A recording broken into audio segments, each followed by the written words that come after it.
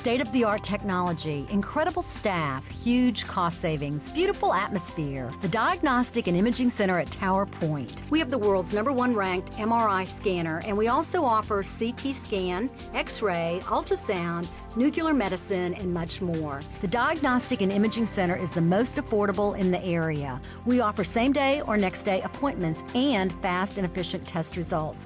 The Diagnostic and Imaging Center at Tower Point in Greenwood.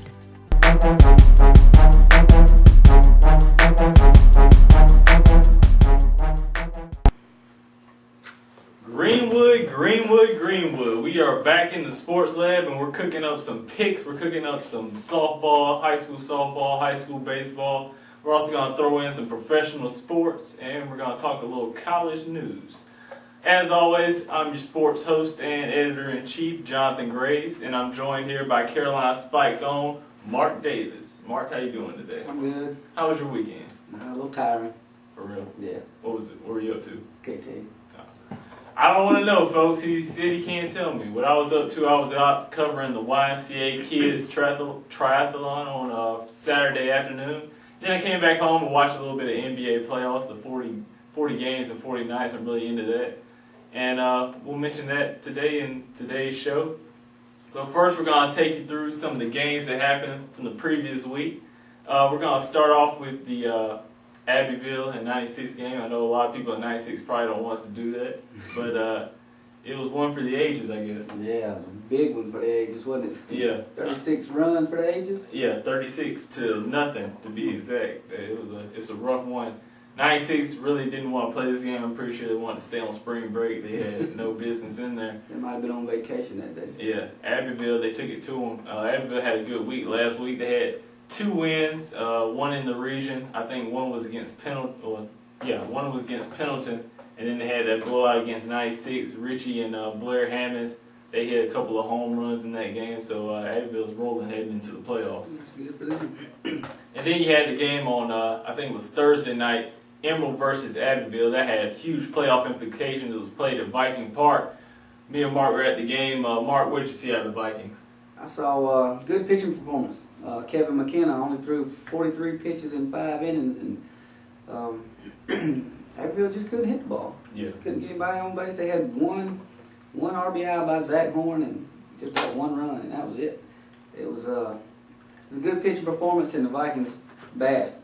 I think that's the first time they hit like that in 3 or 4 years, but they did a great job hitting. It's going to come down to these 2 teams in that region. They're battling for that last playoff spot. I think the Vikings are half a game up on them right now. Who do you think ends up getting that last spot in the region? Well, this week right here will tell a lot.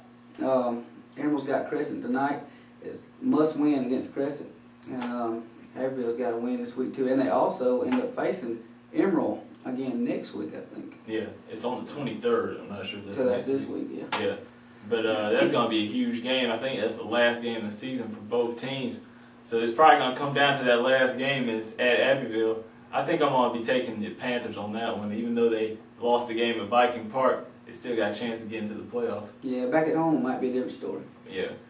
Well, moving on to this week, we got some great games coming up for this week. It's huge playoff implications in some of them. And like we said, we're widening this regular season down. So moving on here, we're going to be moving into the playoffs next week. This is the best time for high school baseball right here. You know, we're going to see who the big players are. That's right. You can go through your region all year long and dominate, kind of like 96 is doing. But when you get to playoffs, you see other people from other regions. Right. It tells a story. Well, moving on, I mean, Monday night, looking at it, what's the game of the night? Who are you looking at? The game of the night's got to be Crescent Emerald, just because it's a must-win situation for Emerald. And if they don't win, then Abbeville goes back up on them. You know, so even though it's head-to-head, the record will show that Emerald's got to win this game. Who you got for that game? Well, Emerald was hot 2 days in a row with the bats against the Greenwood game, and turned around and did the same thing in the Abbeville game. Then they played Liberty on Saturday night. The bats went cold again, but they still put up 4 runs. So in a must-win situation, I don't know. Crescent has nothing to lose right now. So if Emerald goes in and just thinking they're going to beat them right off the bat, it could be trouble. But I'm going to go with Emerald this time. Probably about a 7-4 game. I think it'll be close. That's the game we're looking at in baseball. The game I'm going to go with for the night, Pendleton versus Abbeville in softball. I'm loving this game.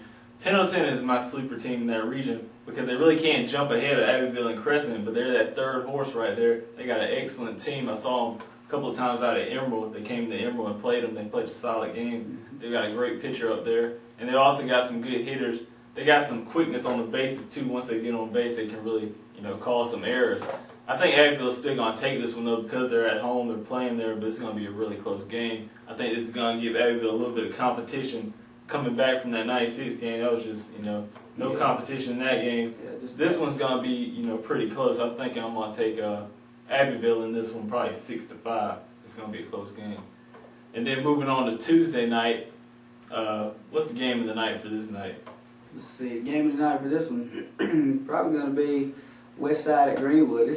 Greenwood still, I think they got a good chance for the playoffs, but, West Side still can be strong too. Yeah, and they're going to West Side in that game. And this, like I said, is going to have huge playoff implications again. I mean, all these games that we're talking about here have some meaning for the playoffs of teams trying to move up in their region to get a better seeding, or they're just trying to make the playoffs all together. So who you got in that game?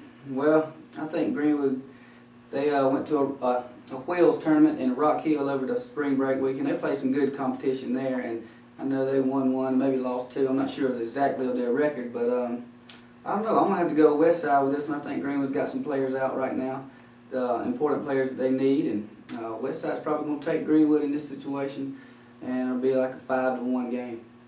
I'm going to go with the Walhalla at Emerald game. Emerald's going to turn around from Monday night. They need a win in the Crescent game, and then they got to come right back. They got to get this game. I mean, if they don't get this game, Abbeville has a chance of catching them. What they want to do, they want to be up on Abbeville at least one game heading into that last game of the season. So in case they tie, Emerald wins that tiebreaker, I believe. Yeah. So the Vikings need this game against Walhalla, and I think they'll get it. I think they'll pitch John Woolston in this game. But they could come out with Kevin McKenna. He had a strong game against Abbeville. They could come back right back with him.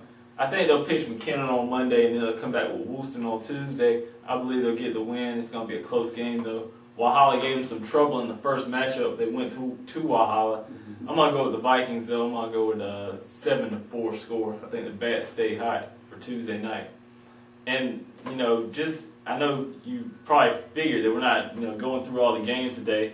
But you can go on the website and check out our picks, and we want your opinions on those picks. We want to know if we're getting them right or if we're getting them wrong. We need your help out there. We want to know if this is the week where our picks are just way off on this playoff season stuff. We might not have any idea what we're talking about. So we want to make sure, we want to see who the real experts out there are in high school softball and high school baseball.